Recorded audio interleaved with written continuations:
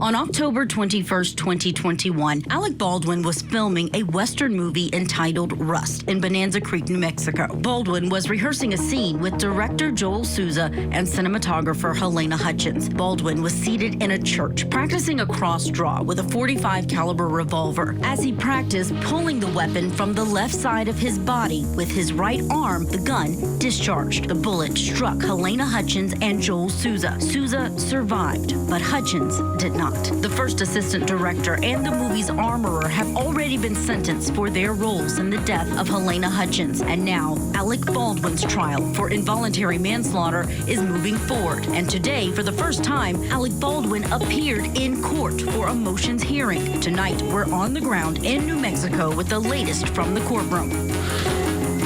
Plus, a mistrial was declared in the Karen Reed murder trial after the jury was unable to reach a unanimous verdict. Now the defense wants 2 of the charges thrown out because they claim the jury did reach a unanimous verdict on some of the charges. Tonight, our think tank weighs in on the new developments in the killer or cover-up murder trial.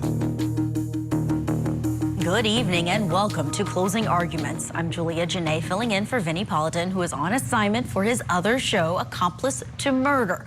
What a Monday it has been. We have a lot of headlines to get to, but we begin tonight in New Mexico, where actor Alec Baldwin made his first court appearance during a pretrial hearing in the involuntary manslaughter case that's against him. Today, the judge ruled in on several motions with 2 notable wins for the defense. The judge ruled that Alec Baldwin's role as a producer on the set of Rust was not relevant to this case against him, and that the trial is now going to focus on just Baldwin's conduct as an actor in this situation, how he handled the gun the day that Helena Hutchins was shot and killed. The judge also ruled that there will be some restrictions on videos of Alec Baldwin, videos we saw during the other trial in this case that could have been shown to this jury. No more. Prosecutors can present video evidence they say shows Alec Baldwin being reckless while handling guns, but they will not be permitted to show the jurors other videos, like ones where Baldwin is rushing the crew members on set, telling them again, re-rack. Now, let's look back at some of the big moments from today's hearing in our daily wrap.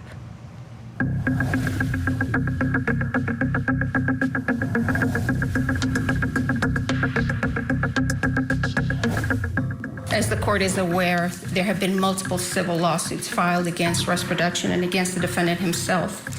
Mr. Joel Souza, one of the state's witnesses, filed a civil lawsuit that I understand, has since been settled. There are 3 other state's witnesses, or 4, I believe, other state's witnesses who have pending civil lawsuits.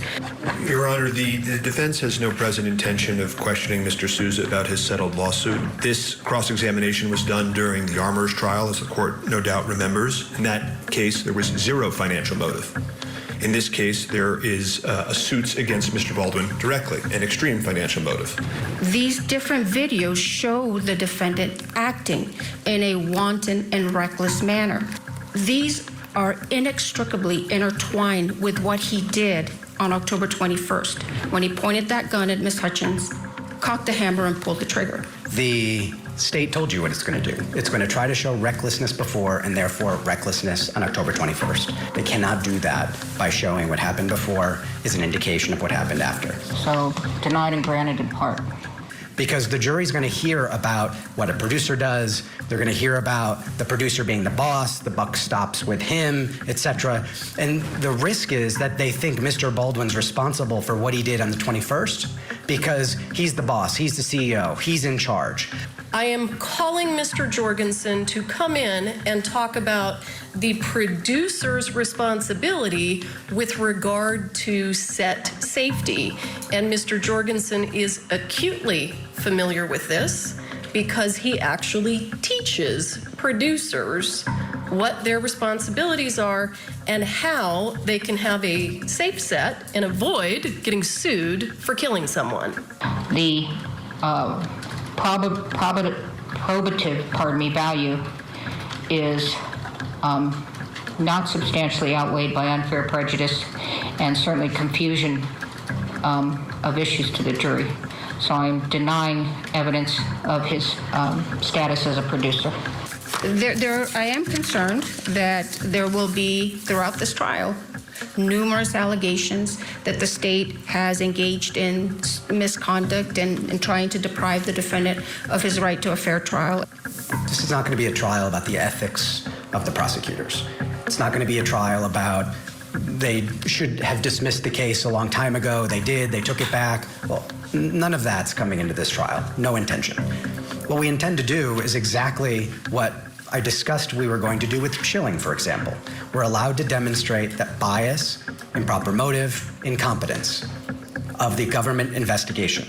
The court agrees that the prosecutor's misconduct as alleged by the defendant in his pretrial motions may not be brought out at trial. The misconduct is not relevant evidence, and even if it were, its probative value is substantially outweighed by the danger of unfair prejudice and confusing the issues.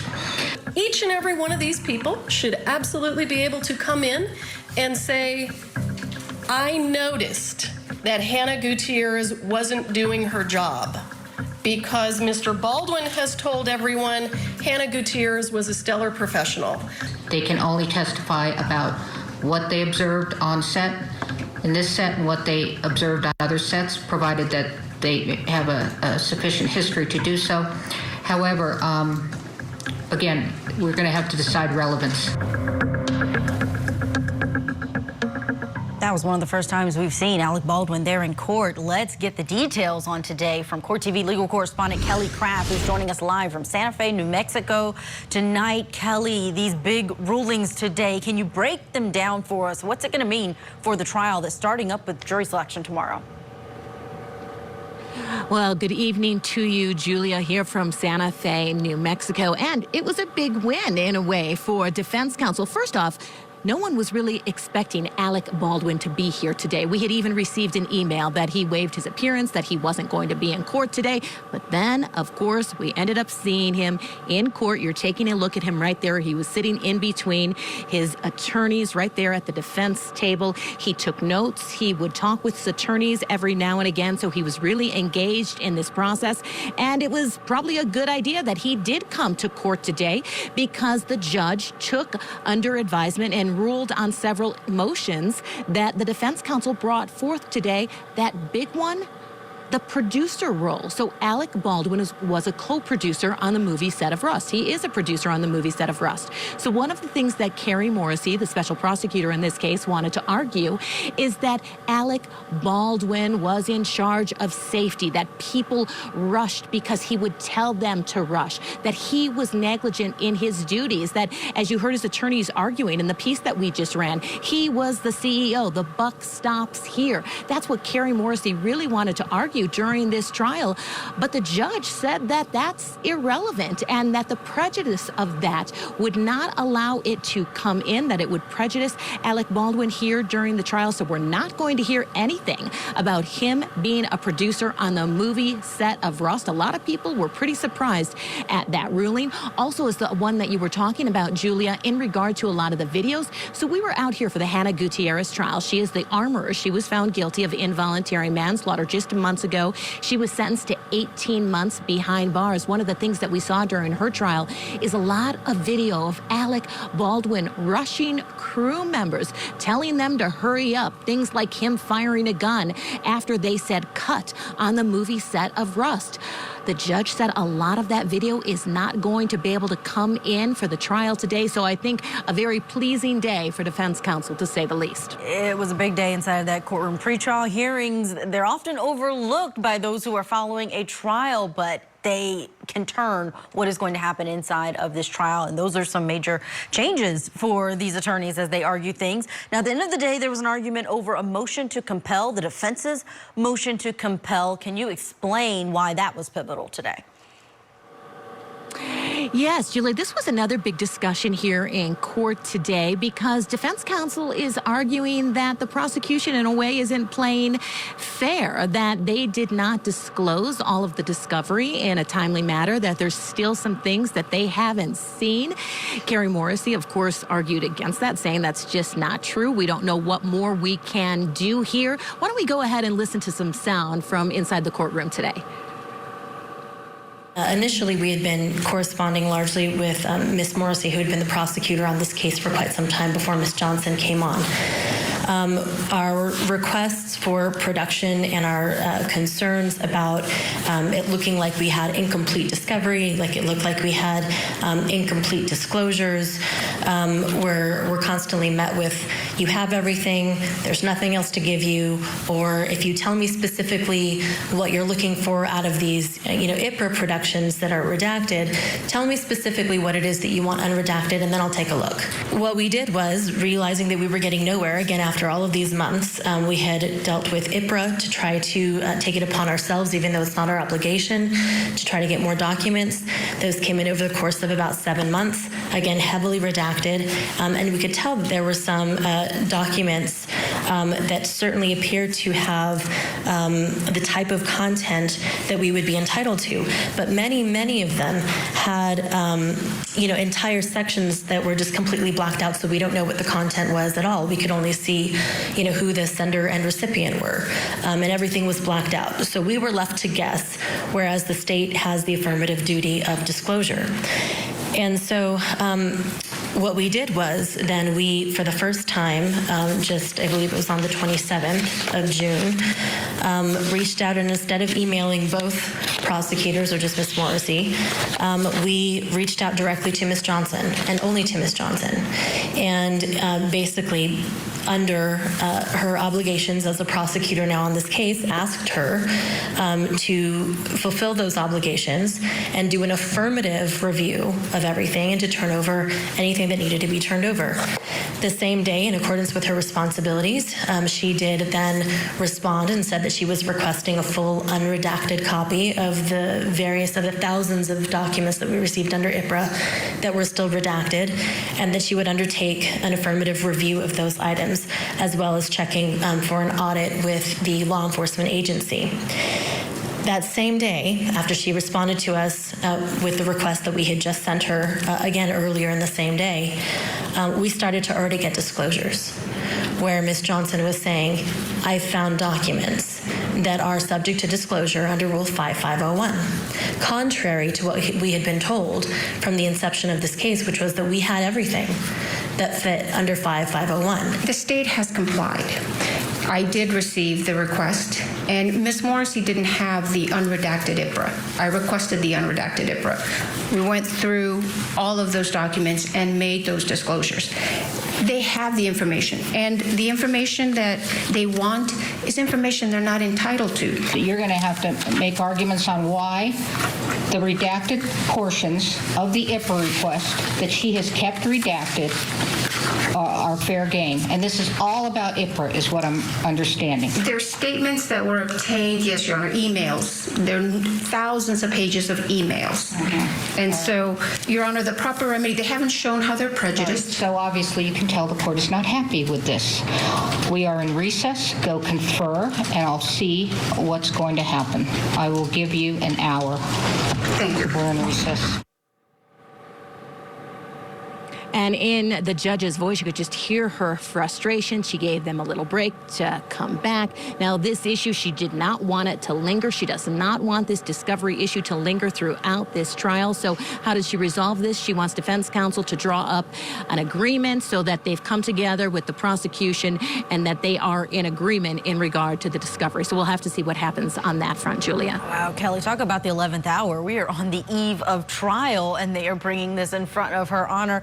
Tell me about jury selection when it is slated to begin. We hope there are no delays because of this issue, but how long do we expect it to last until we get a jury seated? Well, we'll have to see about that one, Julia, but tomorrow jury selection is expected to kick off about 9 a.m. tomorrow here in Santa Fe, New Mexico. So what's going to happen first? There'll be about a panel of 79 people, and each side will get about 50 minutes to question and interview potential jurors. Then they have some backup panels waiting. I believe it's another set of 80 and another set of 80 on top of that if they aren't able to seat 12 jurors. So that's what they'll end up doing here. We're not certain, in addition to the 12 jurors, how many alternates yet that they will seat. So again, a waiting process there. But of course, at the 11th hour, as we were talking about, Julia, as you were mentioning, what a change in strategy for the prosecution, because for instance, in regard to that main motion in regard to the producer and Alec Baldwin being a producer on the movie set of Rust, that really changes a prosecutor's strategy in regard to how Carrie Morrissey is going to be presenting the case here, because it could have gone either way. Absolutely, it could have. So just the day before, having to tweak that opening statement, no doubt. Kelly Kraf, thank you for that live report. I know you've just touched down there in New Mexico and are going to be there throughout, so we look forward to your reports going forward. I do want to bring in now our special guest who is in New Mexico. Criminal defense attorney Gary Mitchell is with us. Gary, no stranger to high-profile cases like this one. I first want to get your reaction to Alec Baldwin being there inside of the courtroom today. He didn't have to. He even filed that waiver of his appearance for this pretrial hearing, but front and center today. Well, this is a small state, and if you don't appear at your trial proceedings, the impression to jurors is that you don't care. That's a bad impression to leave. It was very wise for him to be there.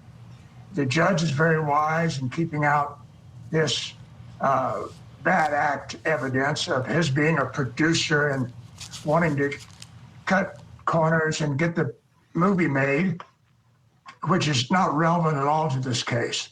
But what is relevant, and it starts tomorrow, is what one of the jurors in the prior case for Hannah Gutierrez said. That is that, you know, real men check these firearms. And Alec Baldwin is a father figure. He looks like a tough guy. He looks like a man that ought to know his way around firearms.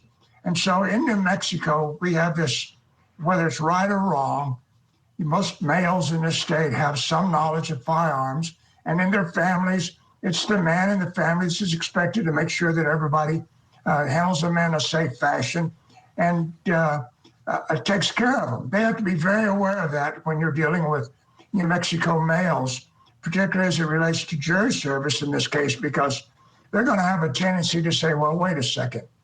This man is a father, he's a grandfather perhaps, he should know his way around firearms, he's a responsible party.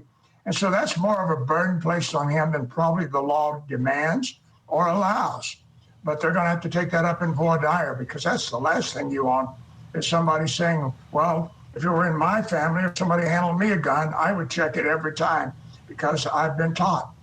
So that's a problem that the defense has, but all in all, a good day for the defense. Rightfully so, the judge was exactly right on the law in New Mexico. This nonsense of bringing in all this extra stuff, it's just not allowed under what we call bad act evidence in this state. Typically, judges don't tolerate it. Our case law doesn't support it. So the judge did exactly what the law demanded that she do. Gary, I'm so glad we're getting your insight, especially on perhaps what the jury pool and what jury selection may be focused on once they start asking those questions, because we know Alec Baldwin said in his police interview that he doesn't own a gun. His wife won't let him have one in the home. That may come up, I don't know, during this trial for them to maybe be weighing how much he should have known as an actor. There was an interesting argument today that the prosecution and the defense went back and forth on as to whether the defense could bring in prosecution statements from the first trial, because the defense is saying, hey, the prosecution blamed the armorer, said that the buck stopped with her. Now they're coming into this trial and giving a different theory. They're saying the buck stops with this actor. They wanted to say the buck also stops with this producer. But is this a unique approach when it comes to an involuntary manslaughter case in New Mexico for them to try and wear two of these hats? Well, it's excellent lawyering on behalf of his lawyers, because it's an admission by a party opponent, which is relevant, and in New Mexico, normally should be allowed in a courtroom, where whether it's made by a defendant, made by a defense counsel on behalf of a defendant, or made by a prosecutor on behalf of the state. It's an admission, and they should be able to hammer that home to a jury. Yeah, I think the defense made a really good point when they said the prosecution should be seeking the truth, not a conviction. But they are looking for those two convictions. They already have one against Hannah Gutierrez, and of course David Halls too, with that suspended sentence. Just final question for you. Do you think that Hannah Gutierrez will be taking the stand in this case? We know she has been transported from the Department of Corrections to the jail there in Santa Fe. And if she does take the stand, do you think she'll actually testify?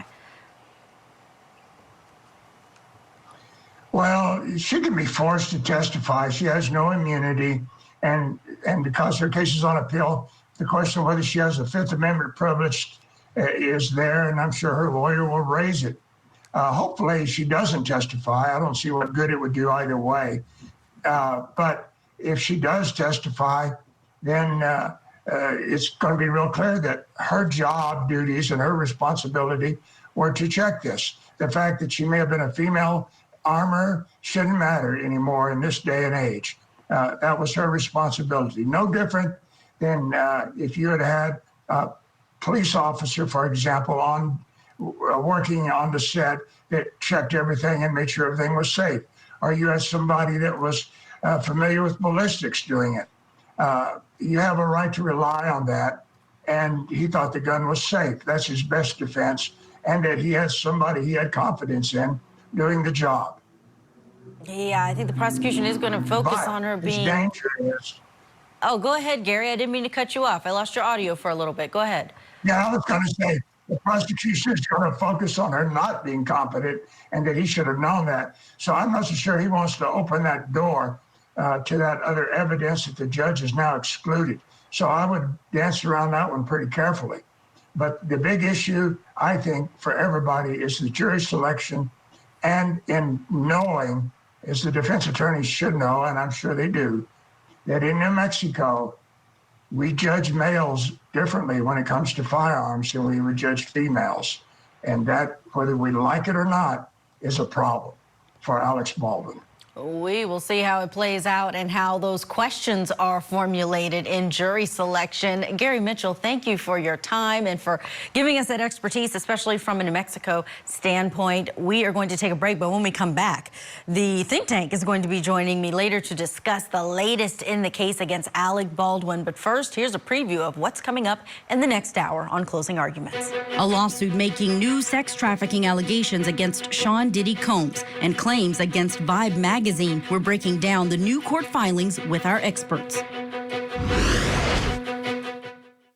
A-list actor Alec Baldwin is cast in the real-life role he never wanted. I turn cock because the gun goes off. Criminal defendant. His lack of gun safety is something that he's going to have to answer for. We heard that this was a toxic set. One more. It's not his fault. He did nothing wrong. Is there an actor's exemption from liability when they're handling a deadly firearm? The Alec Baldwin manslaughter trial. Live coverage weekday mornings only on Court TV.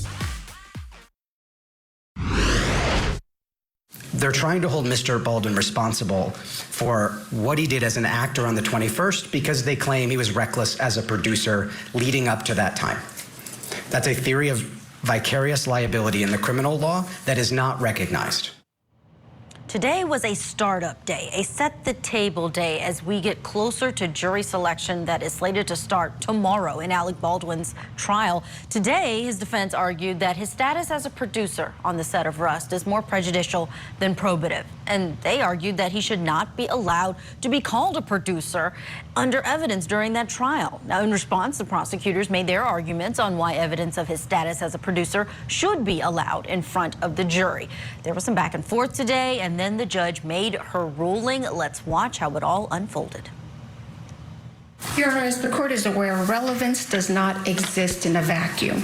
So the evidence that the defendant was a producer is relevant to demonstrate to the jury that as a producer, he is aware of his safety obligations, the safety duties, and there will be evidence of the bulletin number 1, which sets out movie set safety rules and how Mr. Baldwin indeed violated those. I think what Ms. Morrissey indicated in her response is that he did violate New Mexico law. But to demonstrate that the defendant's conduct was reckless on set, the state is also going to introduce evidence that he violated these set safety rules that are in place for actors and producers to follow. It's relevant to his recklessness because we have to establish, again, it's not just in a vacuum, that the defendant's conduct on this set was reckless, and therefore, on October 21st, he should have been aware that his conduct of pointing a firearm at another human being, cocking that hammer, and pulling that trigger is reckless conduct. I'm having real difficulty with the state's position that they want to show that as a producer, he didn't follow guidelines, and therefore, as an actor, Mr. Baldwin did all these things wrong, resulting in the death of Helena Hutchins, because as a producer, he allowed this all to happen. I think that when you look at the relevancy, I think that one of the reasons why I think I'm having a hard time wrapping my hand around it, to be able to say, Mr. Baldwin, because he was a producer and he was the boss, although there are more than one producer, and he couldn't do anything without, looking at those contracts, he couldn't do a thing without running it by, including hiring somebody, without running it by whatever that entity is in the contract. But I do not believe that it has any tendency to make more probable than it would be without the fact that Mr. Baldwin, individually as an actor, committed involuntary manslaughter through negligent use of a deadly weapon and the alternative theory. The probative value is not substantially outweighed by unfair prejudice and certainly confusion of issues to the jury. So I'm denying evidence of his status as a producer. Judge turning down the state's ask to get in that designation that Alec Baldwin was in charge, that he was over these safety regulations on that set. Let's bring in the think tank joining us tonight to make all this a lot more digestible. Criminal defense attorney and former prosecutor Al Wunsch III. Also with us, criminal defense attorney Darnell Crosland. And finally, criminal defense attorney Lori Murray is with us. Good to see you all this Monday evening. Let's start with you, Al. Did the judge make the right decision in splitting this? He can't be talked about as a producer, but only in his role as an actor. Well, it's a huge victory for the defense. I mean, because the producer oversees the entire production. And there's like three aspects. There's creative, there's financial, and then there's practical. And the practical aspect as a producer is to make sure that they're running on schedule, that they're not over budget, and things along those lines. The question I would have asked is if Baldwin had actually invested his own money in the production, okay, and then at that point he'd have a little more sensitivity to overruns and things along those lines. And I didn't see whether or not he had put his own money into it. I know he's gotten a producer credit, and sometimes these credits are honorary as opposed to a real legitimate thing. But I mean, if he put his money into the production, the great Max Bialystock once said that the two cardinal rules of producing are, one, never put your own money in the show.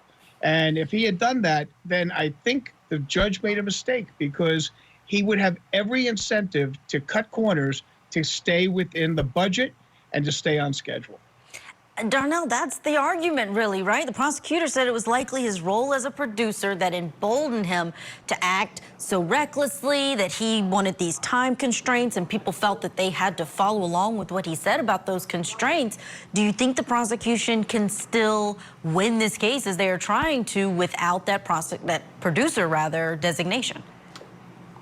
Yeah, I don't think that the designation was fair anyway. And one thing that always gets me, or gets under my skin, is the fact that when we were in law school, we did a lot of mock things, and we did a lot of creative thinking. And it bothers me in real life that, you know, people's lives really boil down to who can do something more creative in a courtroom. I think that we have to be as gatekeepers, the judge had to be as a gatekeeper to say, you know, is it more relevant than not? What do you have to prove here? You have to prove beyond a reasonable doubt that this individual acted reckless. And now just to extrapolate the fact that he might have wanted to stay on budget, we all want to stay on budget, that's not enough. And I think that that would have been unfair to put a man's life in jeopardy because of some creative arguing. The bottom line is he was an actor. He had a person that was in charge of the weapons. That was their role. She already went to trial. And don't put that on him by inference. So I think the judge did the right thing. Lori, before I get your input, I want to play a video that goes to all of this, which is of Alec Baldwin. But it seems like he's not only in his role as an actor, but also as someone who's in charge. Take a listen.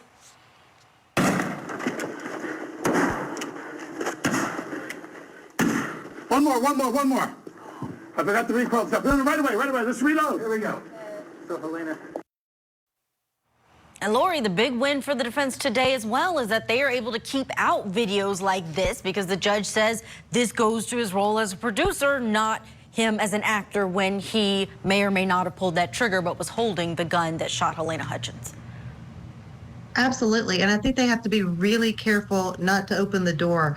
You know, they already talked about the OSHA report and how that, if they brought that in, that it would be opening the door to his role as a producer. They got to be really careful not to do that. But it's a huge win for them. And I think that the defense was right on point when they talked about vicarious liability and how it doesn't apply in criminal cases. You can't hold someone responsible for the actions of another based on this vicarious liability theory, but you also especially can't do it when it's the same person. It doesn't make any sense. The judge, I think, is really on target in all of her rulings today. She's been great. You were so right about that OSHA report. You could tell Carrie Morrissey was arguing with the judge saying, if you let in this OSHA report and they want to say it's production, we should be able to call him a producer.